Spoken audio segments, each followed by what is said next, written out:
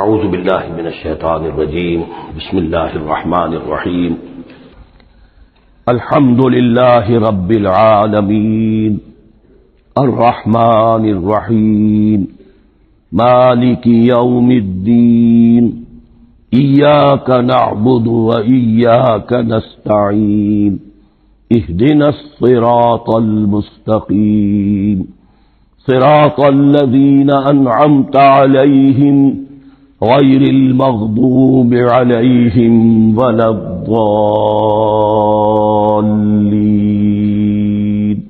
آمین۔ رب اشرح لی صدری ویسر لی امری واحلل عقدۃ من لسانی یفقہوا قولی۔ اللہم ربنا الہمنا رشدنا واعذنا من شرور انفسنا۔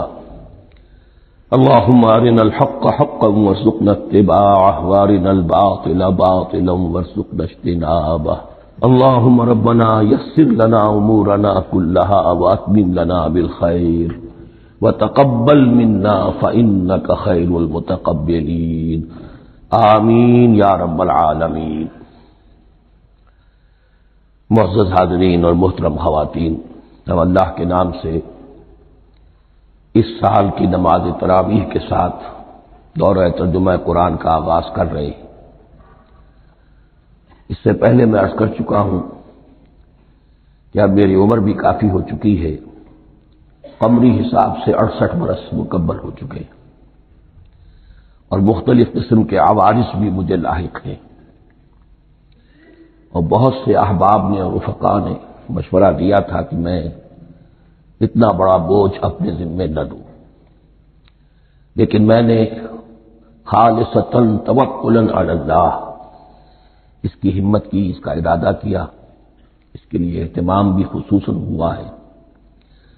مجھے اندازہ ہے کہ اب میرے خیالات کی جو رو ہے وہ اب اتنی تیز نہیں ہے جتنی کبھی ہوا کرتی تھی۔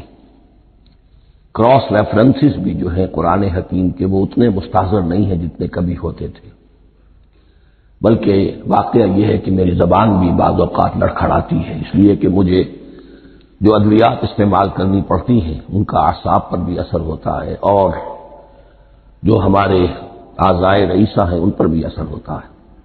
بہرحال ان سب کے الرغم اللہ کا نام لے کر آغاز کر رہے ہیں۔ میری انتہائی نگارش یہی ہے، تیرے نام سے ابتدا کر رہا ہوں۔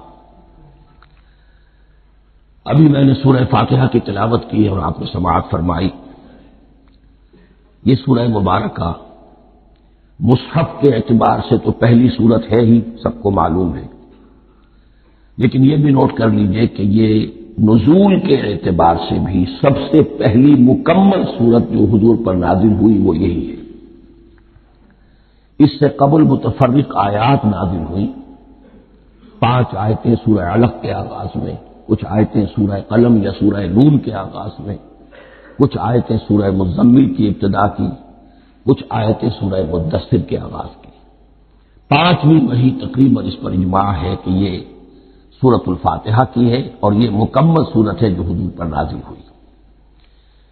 سورۃ الفاتحہ کے معنی ہوئے افتتاحی سورت، فتح یفتح کے معنی ہے کھولنا، مفتاح کنجی کو کہتے ہیں، چابی کو۔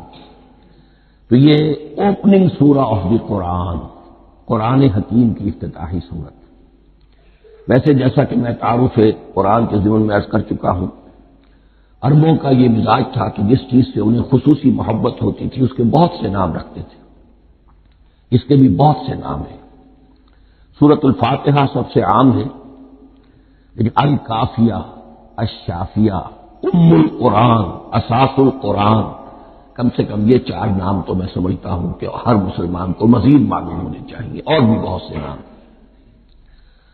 اس سورہ مبارکہ کی بالاتفاق و بالاجماع 7 آیتیں ہیں، اگرچہ ان کی ترتیب میں کچھ اختلاف ہے۔ ایک رائے یہ ہے، اور یہ رائے امام شافعی کی بھی ہے، اور بصرہ کے جو قراء تھے ان کی بھی ہے، کہ آیت بسم اللہ بھی سورہ فاتحہ میں شامل ہے، اس کا جز ہے۔ وہ اس کو شامل کر کے پھر 7 آیتیں بناتے ہیں، تو آخری جنہیں ہم 2 آیتیں سمجھتے ہیں، صراط الذین انعمت علیہم غیر المغضوب علیہم ولا الضالین، وہ ان کے نزدیک ایک آیت ہے۔ تو گویا کہ نتیجہ یہ نکلا کہ آیتوں کی تعداد 7 ہی رہتی ہے۔ امام ابو حنیفہ رحمۃ اللہ علیہ کا موقف اور کوفے کے جو قراء تھے ان کا بھی موقف یہ ہے کہ آیت بسم اللہ نہ سورہ فاتحہ کا جز ہے نہ کسی اور سورت کا جز ہے، سوائے ایک مقام پر جہاں حضرت سلیمان علیہ السلام کا خط جو ہے نقل ہوا ہے، جو انہوں نے ملکہ سبا کو لکھا تھا، انہ من سلیمان و انہ بسم اللہ الرحمن الرحیم۔ تو قرآن کے متن میں صرف اسی جگہ پر یہ آیت شامل سمجھتے ہیں، باقی یہ صرف علامت کے طور پر کہ یہاں سے ایک نئی سورت شروع ہو رہی ہے درج کی گئی ہے۔ اس سورہ مبارکہ کو الصلاح قرار دیا گیا ایک حدیث میں، اس کا جو اسلوب ہے وہ دعا کا ہے، اور دعا کے ساتھ اس کی جو مناسبت ہے اور پھر اسی کی وجہ سے ہماری نماز کا یہ جزو لا ینفک بنا دیا گیا، بلکہ ایک حدیث جو میں آپ کو سناؤں گا اس میں اسی کو نماز قرار دیا گیا، الصلاح یہی ہے۔ ویسے وہ حدیث مبارک موجود ہے، لا صلاۃ لمن لم یقرأ بفاتحۃ الکتاب، جو شخص سورہ فاتحہ کی تلاوت نہیں کرتا اس کی کوئی نماز نہیں۔ اس کے حوالے سے بھی ہمارے ہاں 2 مسلک ہے، ذکر صرف اس لیے کر رہا ہوں کہ آپ کے علم میں ہو، ان میں کوئی بنیادی فرق نہیں ہے، کسی بھی ایک رائے کا انسان قائل اور حامل ہو سکتا ہے بغیر اس کے کہ دوسرے کو بالکل غلط قرار دے، بلکہ یہ کہ اس کے لیے بھی گنجائش اپنے ذہن میں اور اپنے دل میں رکھے۔ تو ایک رائے یہ ہے کہ یہ میں کیا عرض کر رہا تھا کہ بھول گیا ہوں۔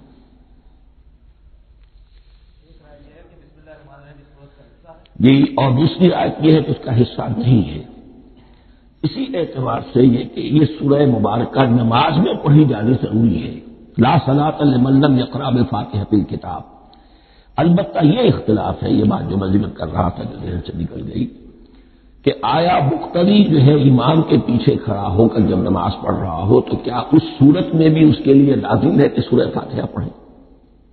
اس میں 2 رائے ہو گئی، بلکہ 3۔ ایک رائے انتہائی ہے اور وہ فقہ حنفی کی طرف منسوب ہے کہ اگر آپ امام کے پیچھے مقتدی کی حیثیت سے نماز پڑھ رہے ہیں تو کسی بھی رکعت میں آپ سورہ فاتحہ نہیں پڑھیں گے۔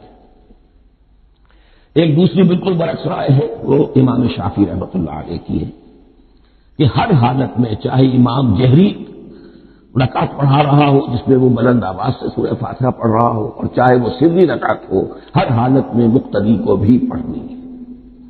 ایک تیسری رائے بین ہے، وہ امام مالک کی ہے رحمۃ اللہ علیہ، کہ جو سری رکعت ہے جس میں کہ امام بھی خاموشی سے پڑھ رہا ہے مقتدیوں کو بھی پڑھنی چاہیے، جو جہری رکعت ہے جس میں کہ امام بلند آواز سے پڑھ رہا ہے اس میں مقتدیوں کو خاموش رہ کر پوری توجہ جو ہے سننے پر صرف کر دینی چاہیے۔ اذا قرئ القرآن فاستمعوا له وانصتوا، جب قرآن پڑھا جا رہا ہو تو پوری توجہ اس کے پڑھنے پر مرکوز کر دو اور خود خاموش رہو۔ میرے اپنی رائے میں یہ تیسری رائے سب سے زیادہ صائب ہے اور اس میں کسی طرح کی بھی کوئی پیچیدگی پیدا نہیں ہوتی۔ بہرحال اس سورہ مبارکہ کا جو اسلوب ہے میں نے عرض کیا دعائیہ ہے، البتہ قرآن مجید کے علم اور حکمت کے اعتبار سے، اس کے فلسفے کے اعتبار سے ایک بات سمجھ لینی چاہیے۔ قرآن کا فلسفہ یہ ہے کہ بنیادی ہدایت ہر انسان کے دل میں موجود ہے، بالقوہ، پوٹینشلی۔ یہ جو قرآن مجید یا اللہ کی کتابیں نازل ہوتی ہیں یہ انہیں ایکٹیویٹ کرتی ہیں، وہ اندر کی جو ڈورمنٹ کانشسنس ہے، خوابیدہ شعور جو ہے اسے بیدار کر کے اور پھر یہ کہ اسے اجاگر کرتی ہیں۔ ہر سلیم الفطرت انسان اور سلیم العقل انسان، 2 سلامتی شرط ہیں۔ سلیم الفطرت، نیچر پرورٹڈ نہ ہو، فطرت مسخ نہ ہو گئی ہو، عقل سلیم ہو۔ ان دونوں چیزوں کا نتیجہ یہ نکلتا ہے کہ وہ انسان از خود، بغیر کسی وحی کی رہنمائی کے، بغیر کسی نبی کی تعلیم کے سے استفادہ کیے ہوئے از خود بھی کچھ حقائق تک پہنچ جاتا ہے۔ اور وہ حقائق کیا ہے؟ نمبر 1 یہ کہ اس کائنات کا ایک خالق ہے اور وہ ایک ہے، اور وہ تمام صفات کمال سے متصف ہے۔ نمبر 2 یہ کہ انسان کی زندگی صرف یہ زندگی نہیں ہے بلکہ ایک اور زندگی ہے کہ جس میں اس زندگی کے اعمال کے نتائج برآمد ہوں گے۔ یہ دو باتیں، اس کی زیادہ وضاحت کے ساتھ جو ہے اس کا تذکرہ آئے گا سورہ لقمان میں، جہاں حضرت لقمان کی شخصیت کا تذکرہ ہے۔ لیکن یہاں صرف یہ بات سمجھ لیجئے کہ قرآن کا فلسفہ یہ ہے کہ ہر انسان میں، ہر فرد نوع بشر میں جو اپنی ولادت کے وقت مسلم ہوتا ہے، حضور کی حدیث ہے کل مولود یولد علی الفطرہ ابواہ یحودانہ او ینصرانہ او یمجسانہ، ہر بچہ نوع انسانی کا فطرت اسلام پر پیدا ہوتا ہے، وہ فطرت کے اندر وہ ہدایت ودیت ہے۔ اب اگر وہ فطرت بس نہیں ہوئی اور عقل جو ہے وہ صحیح رخ پر کام کر رہی ہے تو ان دو حقائق تک وہ انسان خود پہنچ جائے گا۔ لیکن ان دونوں حقائق تک پہنچنے کے بعد اب وہ دست بستہ دعا کرے گا کہ اے رب اب مزید ہدایت تو مجھے عطا فرما۔ ایک تو یہ کہ میں کیا کروں کیا نہ کروں، میری عقل اس میں ٹھوکر کھا سکتی ہے، میں کسی اچھی چیز کو بری سمجھ سکتا ہوں، کسی بری کو اچھی سمجھ سکتا ہوں، تو مجھے صحیح راستہ، صحیح راہ ہدایت پر چلا۔ یہ دعا ہے جو انسان کرتا ہے جبکہ وہ ایمان باللہ اور ایمان بالآخرہ تک خود پہنچ چکا ہوتا ہے، اور یہ سمجھتا ہے کہ صحیح زندگی کا رخ یہی ہے کہ جس رب کو میں نے پہچانا ہے کہ وہ اس کائنات کا خالق ہے اور مالک ہے اور رب ہے، میں اس کی بندگی کروں، اس کی اطاعت کروں، اس کا حکم مانوں، اس کے راستے پر چلوں۔ لیکن وہ راستہ کون سا ہے؟ اس کے لیے پھر دست بدعا ہوتا ہے کہ پروردگار تو میری رہنمائی فرما۔ یہ مقام ہے کہ جہاں آپ سمجھ لیجئے اپنے آپ کو بھی آج اس جگہ پر تصور کرتے ہوئے پھر اس سورہ مبارکہ کو پڑھیے کہ آپ اس مقام پر اللہ کے فضل و کرم سے پہنچ چکے ہیں کہ اللہ کو آپ نے پہچان لیا اور اس کی توحید کو جان لیا، اس کے جملہ صفات کمال سے آپ واقف ہو گئے۔ آپ یہ بھی وہ جان گئے کہ مر کر اس کے حضور میں حاضر ہونا ہے اور وہ حساب کتاب لے گا۔ پھر آپ نے یہ عہد بھی کر لیا کہ اب زندگی گزارنی ہے اس رب کی بندگی میں، اسی کی فرما برداری میں۔ اب یہاں کھڑے ہو کر آپ پوچھتے ہیں کہ اللہ مجھے وہ تفصیلی ہدایت عطا فرما، ایسا نہ ہو کہ کبھی میں کسی راستے پر چلتا ہوا کسی پگڈنڈی پر مڑ جاؤں اور وہ تھوڑی سی جو ڈیویشن ہو میرے راستے کی وہ میری عاقبت کو برباد کر دے۔ یک لحظہ غافل گشتم و سر سال راہم دور شد، اس لیے کہ ہوتا یہی ہے سیدھے راستے سے ذرا سی کوئی پگڈنڈی جو ہے تھوڑے سے اینگل پر نکلی ہے، لیکن جب چلتے جائیں گے آپ تو جتنا آگے بڑھیں گے اس پر اس راہ صراط مستقیم سے آپ اتنے ہی زیادہ دور ہوتے چلے جائیں گے۔ یہ ہے قرآن مجید کی حکمت اور فلسفے کے اعتبار سے اس سورہ مبارکہ کا مقام۔ اب آئیے ہم بسم اللہ کرتے ہیں۔ بسم اللہ الرحمن الرحیم، شروع کرتا ہوں میں اللہ کے نام سے جو رحمان اور رحیم ہے۔ اس پر کچھ گفتگو ہو چکی ہے تعارف قرآن کے ضمن میں کہ رحمان اور رحیم دو نام ہیں کہ جو رحمت کے مادے سے نکلتے ہیں۔ رحمان میں اللہ تعالی کی رحمت کا جوش، ہیجانی کیفیت، طوفانی کیفیت، اور رحیم میں اللہ تعالی کی رحمت کا دوام اور تسلسل۔ یہ دونوں کیفیات اللہ کی رحمت میں بیک وقت موجود ہیں، جس کا ہم تصور نہیں کر سکتے۔ ہم سمندر کو دیکھتے ہیں، متلاطم سمندر ہے، اس میں ہیجان ہے، طوفان ہے۔ دریا کو دیکھتے ہیں کہ وہ سکون کے ساتھ چل رہا ہے، خاموشی سے چل رہا ہے، بہہ رہا ہے، بس تسلسل کے ساتھ بہہ رہا ہے۔ ہم ان دونوں کیفیات کو علیحدہ علیحدہ دیکھتے ہیں تو ہمارا ذہن ان دونوں کو بیک وقت اس کا تصور نہیں کر سکتا، تخیل ممکن نہیں۔ لیکن اللہ کی رحمت کی یہ دونوں شانیں مستقلاً ہر وقت موجود ہیں بیک وقت، اسی لیے ان دونوں کے درمیان کہیں حرف عطف نہیں آئے گا۔ بسم اللہ الرحمن الرحیم، الحمد للہ رب العالمین، کل حمد، اور حمد کو ذہن میں رکھ لیجئے، حمد مساوی ہے تعریف جمع شکر۔ عام طور پر ترجموں میں ایک لفظ لایا جاتا ہے، کل تعریف اللہ کے لیے، یہ کافی نہیں ہے۔ تعریف آپ کسی شے کی کر سکتے ہیں جس میں کوئی حسن ہے، خوبی ہے، کسی بھی اعتبار سے، خواہ آپ کو اس کے حسن و خوبی سے کوئی فائدہ حاصل نہیں ہو رہا۔ ایک پھول ہے، بہت خوبصورت ہے، بس ٹھیک ہے، خوبصورت ہے، آپ نے کہا تعریف کر دی۔ شکر کرتے ہیں آپ اس شے کا جس سے آپ کو کوئی فائدہ پہنچا ہو، استفادہ ہوا ہو، آپ کی کوئی ضرورت پوری ہوئی ہو، آپ کی کوئی مشکل رفع ہوئی ہو۔ اور آپ دیکھیں گے کہ حمد میں یہ شکر کا پہلو غالب ہے. جتنی بھی دعائیں ہیں حضور سے منقول، شکر کے مقام پر وہاں حمد آتا ہے. بھوک لگی ہوئی تھی، کھانا کھایا، الحمدللہ الذی اطعمنی وسقانی. اب یہاں دیکھیے ترجمہ تعریف نہیں، شکر ہے اس اللہ کا جس نے مجھے کھلایا اور پلایا. آپ بیت الخلاء سے باہر آئے، نجاستیں آپ سے دور ہو گئی، طبیعت میں انشراح ہوا. الحمدللہ الذی اذھب عنی الاذی وعافانی. وہ شکر ہے اس اللہ کا جس نے اذیت بخشی نے مجھ سے دور کر دی اور مجھے عافیت بخشی.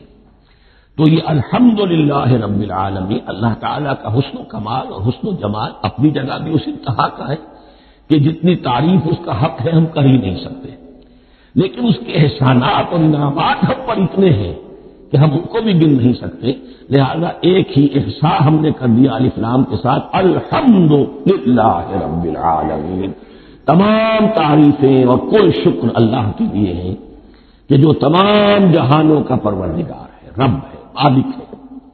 رب میں ایک مفہوم ہوتا ہے ربوبیت کا، اور اس میں مفہوم شامل ہوتا ہے تربیت کا، ربیانی صغیرا. تو مالک ہونا اور تربیت دینا. آپ جس شے کے مالک ہوں گے آپ چاہیں گے اس میں بڑھوتری ہو، اس میں اضافہ ہو، وہ نشو و نما پائے. تو یہ دونوں چیزیں آپس میں ایک دوسرے کا جڑی ہوئی ہیں، پروردگار بھی اور مالک بھی. عام طور پر عربی میں رب کا لفظ مالک کے لیے آتا ہے، رب البیت، رب الدار، رب المال. تو مالک وہاں پر ظاہر بات ہے کہ اس سے مراد کیا ہے؟ مال والا، گھر والا، گھر کا مالک.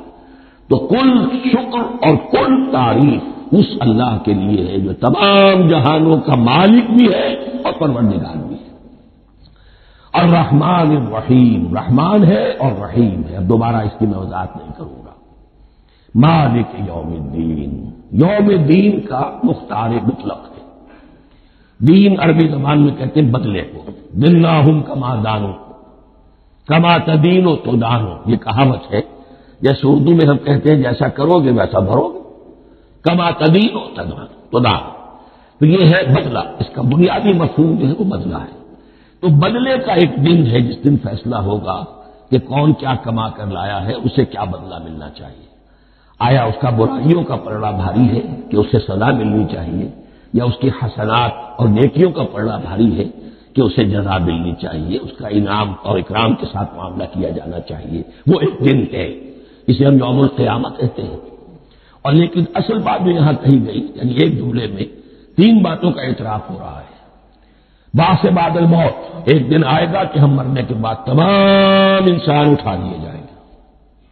پھر حساب کتاب، پھر اللہ کے ہاں حاضری ہوگی اور حساب کتاب ہوگا.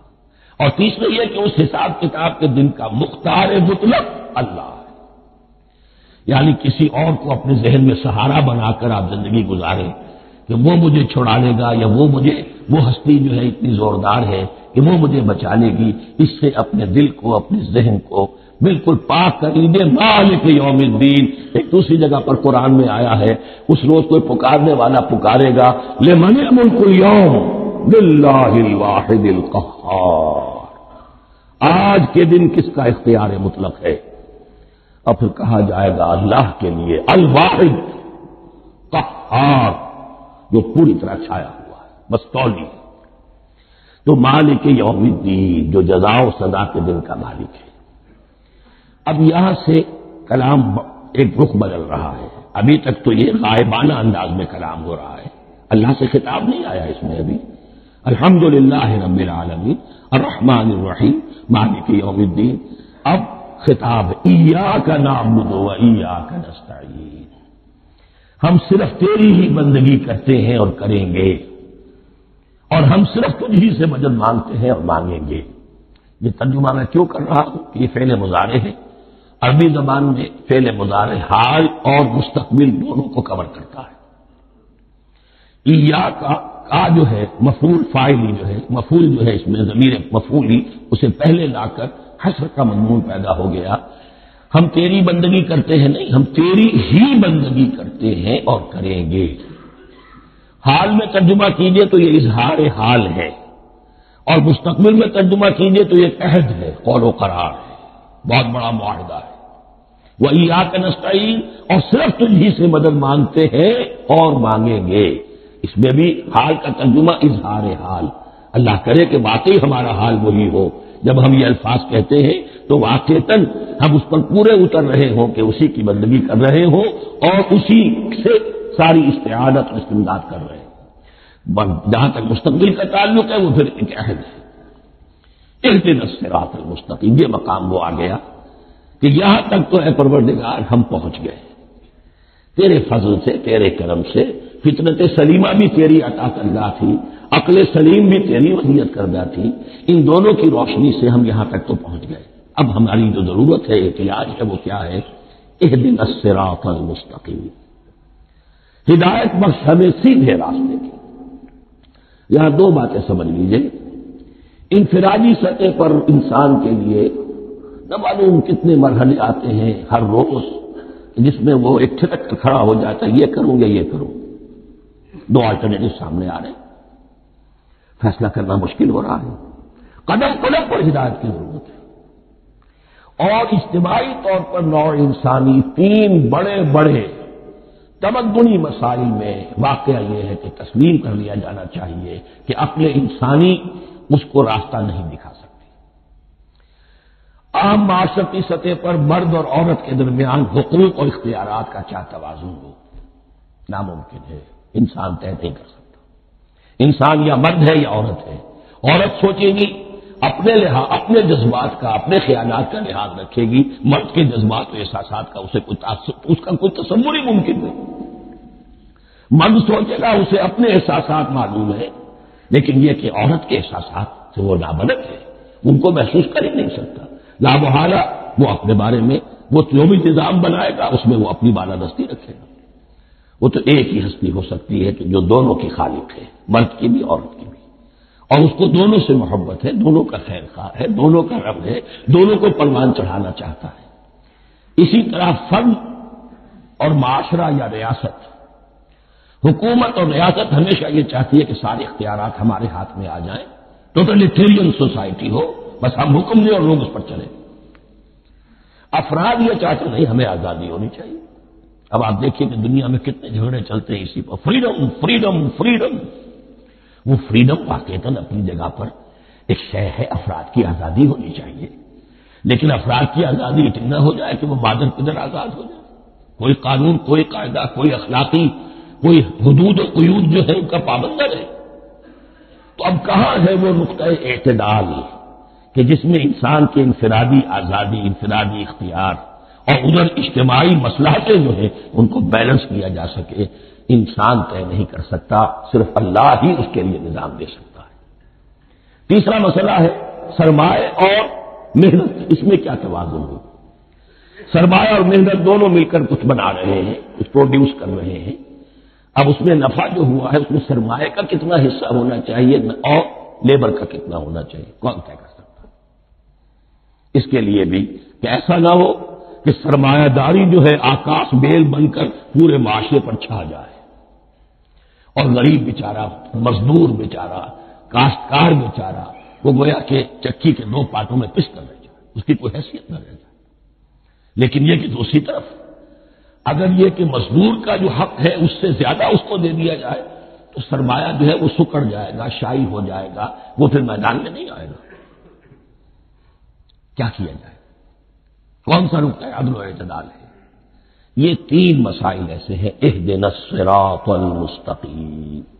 تو یوں سمجھیے کہ ایک جو بنیادی ہدایت تھی، ایک اللہ کو پہچان لینا، یہ جان لینا کہ کل حسن و جمال اور تمام انعام و اکرام کا منبع اس کی ذات ہے، وہ رحمان ہے اور رحیم ہے، اور یہ جان لینا کہ مرنے کے بعد جی اٹھنا ہے، حساب کتاب ہے، فیصلہ ہوگا جزا و سزا کا، اور مختار مطلق اس دن کا اللہ ہے۔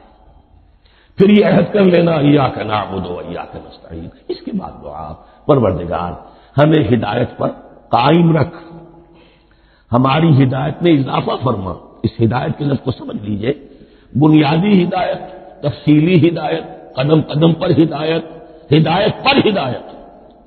والذین اہتدوا زادہم ہدی، جو لوگ ہدایت کے راستے پر آتے ہیں اللہ ان کی ہدایت میں اضافہ کرتا ہے۔ تو یہ قدم قدم پر ہمیں ہدایت کی ضرورت ہے اور مرحلہ وار ضرورت ہے ہدایت اس کو بھی کہتے ہیں کہ کسی نے آپ سے کوئی پتہ پوچھا، آپ نے کہا ادھر جانا، پھر دوسری گلی میں مڑنا، پھر جانا 2-3 لائٹیں چلے جانا، پھر مڑنا وغیرہ وغیرہ، یہ بھی ہدایت ہے، نظری طور پر آپ نے بتایا ہے۔ ایک ہدایت یہ ہوئی کہ بھائی میں چلتا ہوں آپ کے ساتھ، میں آپ کو وہاں پہ پہنچا دوں گا تاکہ آپ کو دقت نہ ہو، آپ نے منزل تک پہنچا دیا۔ ان دونوں کے درمیان، یہ تو میں نے ایک فرد کی مثال دی ہے، اللہ اور بندے کے درمیان نہ معلوم کتنے مراحل ہیں ہدایت کے۔ تو کسی وقت بھی انسان اپنے آپ کو ہدایت خداوندی سے مستغنا نہیں سمجھ سکتا، اور نہیں تو پروردگار جو ہدایت دی ہے اس کو ہدایت پر قائم رکھ۔ کیا پتا شیطان کا کوئی حملہ، کیا پتا ہمارے نفس کی کوئی شرارت اسی ایسے رخ پر ہمیں ڈال دے کہ اب تک کی ساری کمائی بھی ضائع ہو جائے۔ لہذا یہ نہ سمجھیے کہ جب یہ ساری چیزیں ان کو معلوم تھی، ان چیزوں کا تو اقرار کر رہے تو اب ہدایت کون سی مان رہے؟ تو ہدایت کا تو بڑا میدان کھلا ہوا ہے، اور اس ہدایت کی جو میں نے آخری شکل آپ کو بتائی ہے کہ منزل مقصود تک پہنچا دے، یہ ہدایت بھی قرآن مجید میں اس معنی میں بھی لفظ آیا ہے کہ اہل جنت جب جنت میں داخل ہوں گے تو جو ترانہ حمد ان کی زبان پر اس وقت ہوگا وہ کیا ہے؟ الحمدللہ الذی ہدانا لہذا وما کنا لنہتدی لولا ان ہدانا اللہ۔ کل شکر اللہ کا جس نے ہمیں یہاں تک پہنچا دیا، ہدایت دی جہاں تک پہنچا دیا، اور ہم ہرگز نہ پہنچ پاتے، ہم ہرگز ہدایت یافتہ نہ ہو سکتے اگر اللہ ہی ہمیں ہدایت نہ دیتا۔ اہدنا الصراط المستقیم، سیدھا راستہ، صراط الذین انعمت علیہم، اس کی مزید وضاحت ہے، راستہ اس کا ان لوگوں کا جن پر تیرا انعام ہوا۔ یہ کون لوگ ہیں؟ اس کی وضاحت آپ کو ملے گی سورہ نساء میں، من یطع اللہ والرسول فاولئک مع الذین انعم اللہ علیہم من النبیین والصدیقین والشہداء والصالحین۔ 4 طبقات ہیں منعم علیہم جن پر اللہ کا انعام ہوا ہے۔ چوٹی پر انبیاء کرام، اس کے بعد صدیقین کرام، اس کے بعد شہداء عظام، اس کے بعد عام صالح مسلمان، صالح ہو۔ یہ بیس لائن ہے، اس سے اوپر کا درجہ شہداء کا ہے، اس سے اوپر کا درجہ صدیقین کا ہے، اور پھر اس سے اوپر کا درجہ انبیاء کا ہے۔ انبیاء میں سے پھر وہ بھی ہوتے ہیں کہ جو اولو العزم میں من الرسل ہیں، لیکن یہ 4 طبقات ہیں، ان کے راستے پر ہمیں چلا۔ غیر المغضوب علیہم ولا الضالین، جو مغضوب علیہم نہیں ہوئے، جن پر تیرا غضب نہیں ہوا، اور غضب ہوتا ہے ان پر کہ جو ہدایت کے واضح ہونے کے بعد ہدایت کو ترک کر دیں، وہ ہے مغضوب علیہ۔ جنہیں ہدایت مل گئی ہو، ہدایت کو پہچان لیا ہو، پھر اپنی شرارت نفس کی وجہ سے، اپنی نفسانیت کی وجہ سے، اپنے تکبر کی وجہ سے، اپنی حسد کی وجہ سے وہ اس حق کو رد کر دیں، اس کو ترک کر دیں، ان پر اللہ کا غضب آتا ہے۔ اور اس میں اس کی بہت بڑی مثال تاریخ کے اعتبار سے یہودی ہے۔ اللہ نے انہیں ہدایت دی، کتابیں عطا کی، تورات، انجیل، زبور، سینکڑوں نبی ان میں مبعوث کیے، 1400 برس تک نبوت کا تار ٹوٹا ہی نہیں، مسلسل۔ ابتدا میں بھی 2 نبی، موسیٰ اور ہارون، اور اختتام پر بھی 2 نبی، عیسیٰ اور یحییٰ علیہ السلام، اور ان کے مابین کوئی لمحہ نہیں آیا ہے تاریخ بنی اسرائیل میں جبکہ کوئی نہ کوئی نبی موجود نہ ہو۔ لیکن انہوں نے اپنی شرارت نفس کی وجہ سے ہدایت تورات سے بھی منہ موڑا، اور پھر سب سے بڑی بات یہ کہ ہدایت محمدی سے، ہدایت قرآنی سے بھی صلی اللہ علیہ وسلم منہ موڑا، وہ ہے مغضوب علیہم ولا الضالین، اور نہ ہی گمراہ ہوئے۔ یہ لفظ جو آتا ہے زبان میں گمراہ کا بھی ہے اور تلاش حق میں بھٹکنے والے کا بھی ہے۔ ایک وہ شخص ہے جس پر حق ابھی واضح نہیں ہوا، وہ تلاش میں ہے، اس کے لیے بھی ضال کا لفظ آئے گا۔ اسی طرح کوئی شخص کسی کے عشق اور محبت میں ایسا ہو جائے، دیوانہ ہو جائے، اس کو بھی ضال کہتے ہیں، یعنی اس کے اوپر جذبات کا اتنا غلبہ ہو گیا ہے کسی کی محبت اور عشق کی بنا پر۔ تو حضور کے لیے یہ لفظ آیا ہے وَوَجَدَكَ ضَالًّا فَهَدَىٰ، اور یہ تو سورۃ الضحیٰ ہے، اکثر بیشتر لوگوں کو یاد ہوگی۔ تو یہ جو ضال کا لفظ ہے، اس میں سمجھ لیجئے ضروری نہیں ہے کہ وہ گمراہ ہو، بلکہ وہ بھی کہ جو ابھی راہ ہدایت کی طلب میں، اس کے حصول کے لیے اس کی تلاش میں کوشاں ہیں، اور وہ بھی کہ جو کسی مغالطے کی وجہ سے حق سے منحرف ہو جائے. یہ بھی جان لیجیے کہ ایک ہے بدنیتی، تکبر، حسد، حق کو جان کر پہچان کر رد کر دینا یا چھوڑ دینا یا ترک کر دینا. ایک ہے کسی غلطی میں، کسی جذبات کے اندر آ کر، کسی غلو کے اندر مبتلا ہو کر اور حق سے منحرف ہو جانا. اس کی جو سب سے بڑی مثال ہے وہ نصارہ ہے، عیسائی ہے. حضرت مسیح کو انہوں نے مانا لیکن غلو کیا. یہ لفظ آئے گا آگے، لا تغلو فی دینکم، اپنے دین میں غلو نہ کرو. جیسے ہمارے ہاں بھی بعض لوگ ہیں جو حضور صلی اللہ علیہ وسلم کی تعریف میں، حضور صلی اللہ علیہ وسلم کے ساتھ اپنی محبت کے اظہار میں غلو کر جاتے ہیں.